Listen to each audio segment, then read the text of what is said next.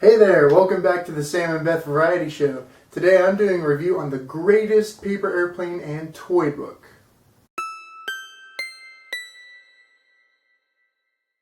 This book of paper airplane designs was compiled by Keith R. Laux and was published in 1987. I couldn't really find out too much about Mr. Keith R. Laux except for the fact that he's an engineer, and I think he also co-authored a book on wells and septic systems. Riveting. The first thing you'll notice about the title of this book is that it claims to be the world's greatest paper airplane and toy book.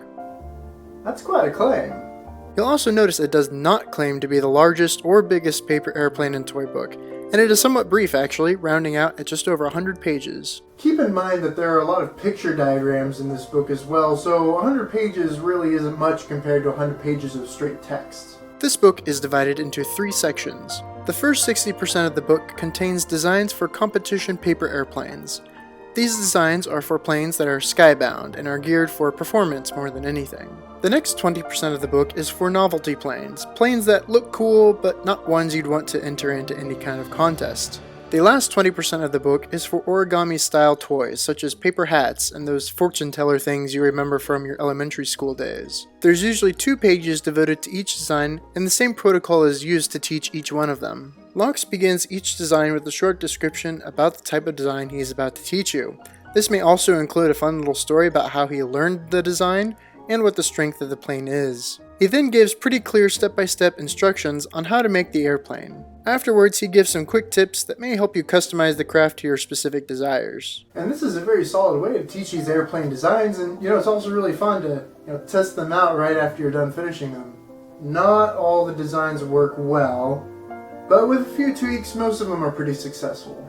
Now, I pretty much like the first half of this book. The second half, not so much. He devotes a section to novelty planes, which are interesting, but you're not going to be the coolest kid on the playground with these things. I will concede that there are probably others who actually enjoy this section more than I do, maybe just a personal preference sort of thing. And there's still other planes, so they still fit. The thing I like most about it actually though is that Laux actually took the time to separate them from the rest so that you don't get confused. It's a nice way of doing things. However, the toy section of this book really shouldn't be here at all. It's origami, but it has nothing to do with paper airplanes. I mean, seeing as paper airplanes are such a large and powerful subset of origami, they really can have their own book.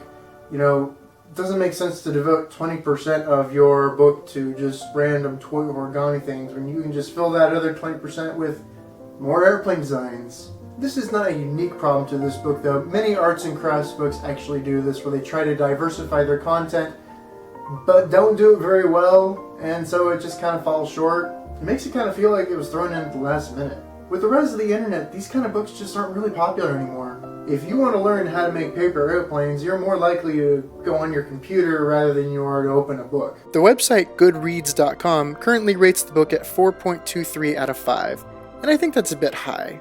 It's not that it's a bad book, it's just obsolete. I mean, it's solid, but who's going to look at it anymore? With that said, I give the world's greatest paper airplane and toy book a 3 out of 5, with special recommendations for elementary-aged school kids and people who just really like paper airplanes. Thanks for watching our review on the Sam and Beth Variety Show. If you liked what you saw, like it and subscribe. We'll see you next time.